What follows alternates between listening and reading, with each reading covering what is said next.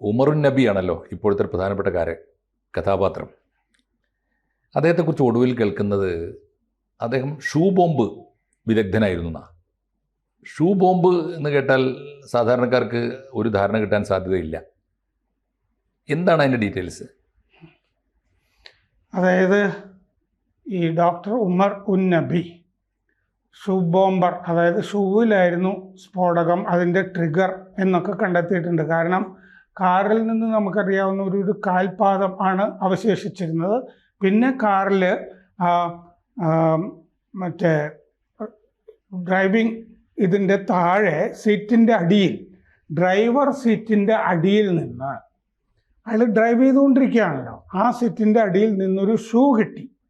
ആ shoe forensic പരിശോധനയിൽ TATPയുടെ അംശം ഉണ്ട് അതിൻ്റെ അകത്ത്. TATP എന്ന് പറഞ്ഞാൽ ട്രൈ അസറ്റോൺ ട്രൈപെറോക്സൈഡ്, അതാണ് TATP. അത് മാരകമായ സ്ഫോടകമാണത്.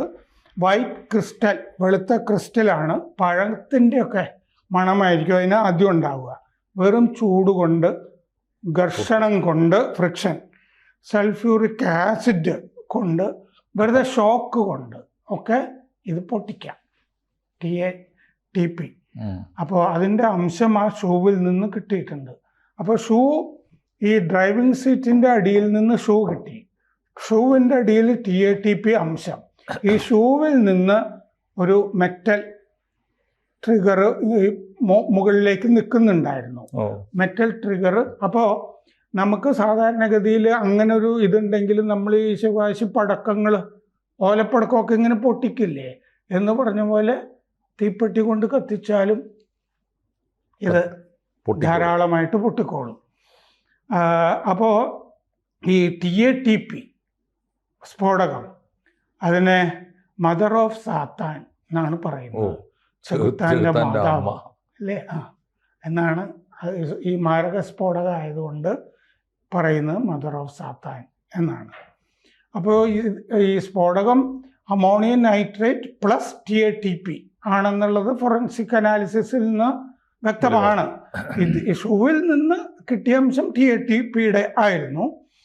ഇനി നമ്മൾ ഇയാളുടെ ഈ ഷൂ ബോംബിങ്ങിനെ പറ്റി നമ്മൾ പറയണമെന്നുണ്ടെങ്കിൽ, ലോകത്ത് ആദ്യമായി നടന്ന, അല്ലെങ്കിൽ ഒരു തവണ മാത്രം നടന്നതെന്നൊക്കെ പറയാവുന്ന ഷൂ ബോംബിംഗ് ശ്രമം, അതിനെപ്പറ്റി ഇതിനു മുമ്പ് നടന്നത്, അത് 2001 അൽ ഖ്വയ്ദയുമായി ബന്ധപ്പെട്ട ഒരു ഭീകരൻ ആണത് നടത്തിയത്.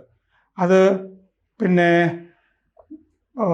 റിച്ചാർഡ് റീഡ് എന്ന് പറഞ്ഞ ബ്രിട്ടീഷുകാരനാണ് ഈ അൽ ഖ്വയ്ദ ചെയ്തത്. അയാൾ ബ്രിട്ടീഷ് ടെററിസ്റ്റാണ്. അൽ ഖ്വയ്ദയുമായി ബന്ധപ്പെട്ടത് മതം മാറിയ ആളാണ്. കാരണം മുമ്പേ ക്രിമിനലാണ്, ജയിൽവാസത്തിനൊക്കെ ശേഷം മതം മാറി അൽ ഖ്വയ്ദയിൽ ചേർന്ന ആളാണ്. അപ്പോൾ റിച്ചാർഡ് റീഡിനെ പറ്റി ഇയാൾ ഡോക്ടർ ഉമറിൻ്റെ ഒരു വീഡിയോ വന്നിട്ടുണ്ട്. മറ്റേ എങ്ങനെയാണ് ജിഹാദി ആകുക അല്ലേ, ചാവേറാകുന്നതിൽ തന്നെ തെറ്റില്ല, അതാണ് ഇസ്ലാമിൽ പറഞ്ഞിരിക്കുന്നത് എന്നൊക്കെ പറയുന്ന വീഡിയോ. അത് അയാളുടെ മൊബൈൽ ഫോണിൽ നിന്ന് കിട്ടിയതാണെന്ന് പോലീസ് പറയുന്നുണ്ട്. അപ്പോൾ ഇയാൾ ഈ ചാവേറ് ആക്രമണമൊക്കെ എങ്ങനെ നടത്തണം എന്ന് പഠിക്കുമല്ലോ ഓരോരുത്തർ. അപ്പോൾ അങ്ങനെ അയാൾ റിച്ചാർഡ് റീഡിനെ പറ്റി വായിച്ചിട്ടുണ്ടാവും. കാരണം റിച്ചാർഡ് റീഡാണ് ഇതിനു മുമ്പ് ചെയ്തിരിക്കുന്നത്. ഷൂവിൽ പ്ലാസ്റ്റിക് ഈ സ്ഫോടകങ്ങളുമായിട്ട്, ഷൂവിൽ പ്ലാസ്റ്റിക് സ്ഫോടകങ്ങളുമായിട്ട് 2001 ഡിസംബറിൽ ട്രാൻസ് അറ്റ്ലാന്റിക് ഫ്ലൈറ്റിൽ ആണ് ഇയാളെ പിടിച്ചത്, റിച്ചാർഡ് റീഡ്.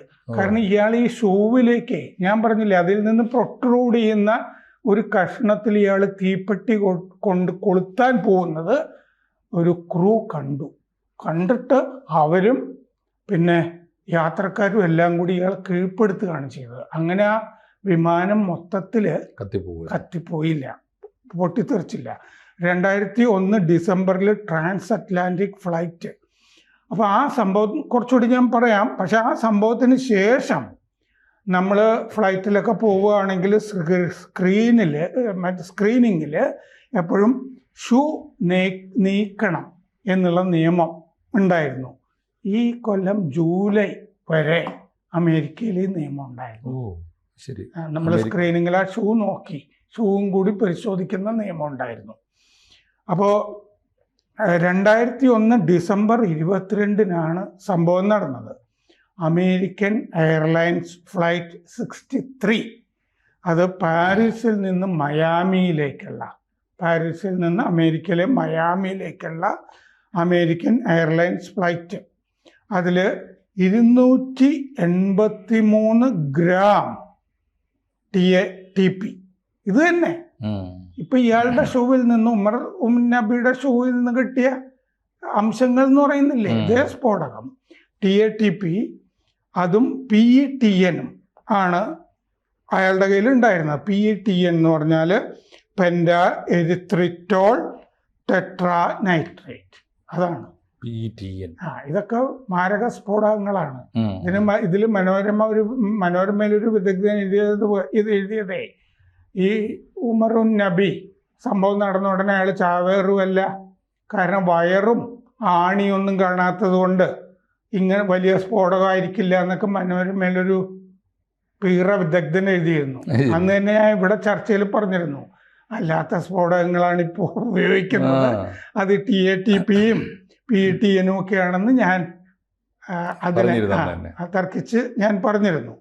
അപ്പോൾ 283 ഗ്രാം TATP പ്ലസ് PETN രണ്ടും കൂടി ചേർന്ന സ്ഫോടകമാണ് അയാളുടെ ഷൂവിൽ അന്നുണ്ടായിരുന്നത്. റീഡിൻ്റെ ഷൂവിലുണ്ടായിരുന്നത്. ഷൂവിൻ്റെ സോളിലാണ് ഇത് ചേർത്തിരുന്നത്, ഷൂവിൻ്റെ സോളിൽ.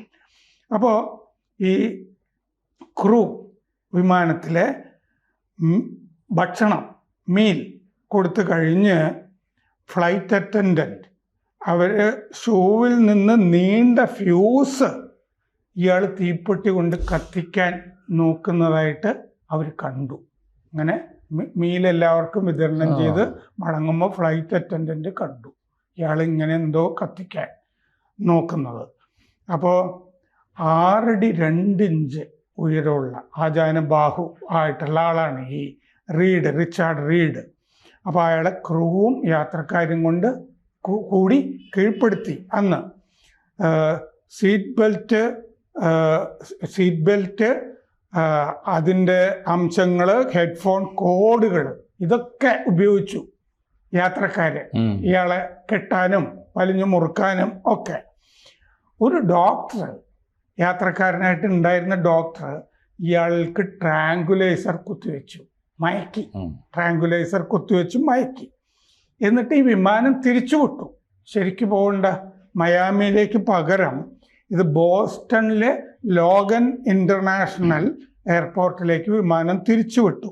അവിടെ വെച്ച് ഈ റിച്ചാർഡ് റീഡിനെ അറസ്റ്റ് ചെയ്തു. ബോംബ് പൊട്ടിയില്ലല്ലോ, ഇയാൾ കത്തിച്ചു. ബോംബ് പൊട്ടാത്തത് ഫ്യൂസ് വിയർപ്പ് കൊണ്ട് നനഞ്ഞത് കൊണ്ടായിരിക്കാം എന്ന് കരുതുന്നു. 2, അന്ന് പാരീസിൽ മഴയുണ്ടായിരുന്നു. അപ്പം അതുകൊണ്ട് ഇത് ജലാംശം ഷൂവിലുണ്ടായിരുന്നിരിക്കാം. ഈ 2 കാരണങ്ങളാണ് പൊട്ടാതിരിക്കാൻ കരുതുന്നത്. അപ്പോൾ 1973 ലണ്ടനിൽ ഇപ്പം ഈ ഉമർ നബി ഒരുപാട് പഠിച്ചിട്ടുണ്ടെങ്കിലും മിസ്ഗൈഡഡ് ആണെന്നൊക്കെ പറഞ്ഞ് ഈ അപ്പോളജി പറയാനായിട്ട് കുറെ ആളുകൾ പറഞ്ഞിട്ടുണ്ട്. കോൺഗ്രസ്സുകാർ, മെഹബൂബ മുഫ്തിയൊക്കെ എന്ന് പറഞ്ഞാല് ന്യായീകരണം തൊഴിലാളികൾ വന്നിട്ടുണ്ട്. അപ്പൊ ഇയാളുടെ കഥ പറയാം.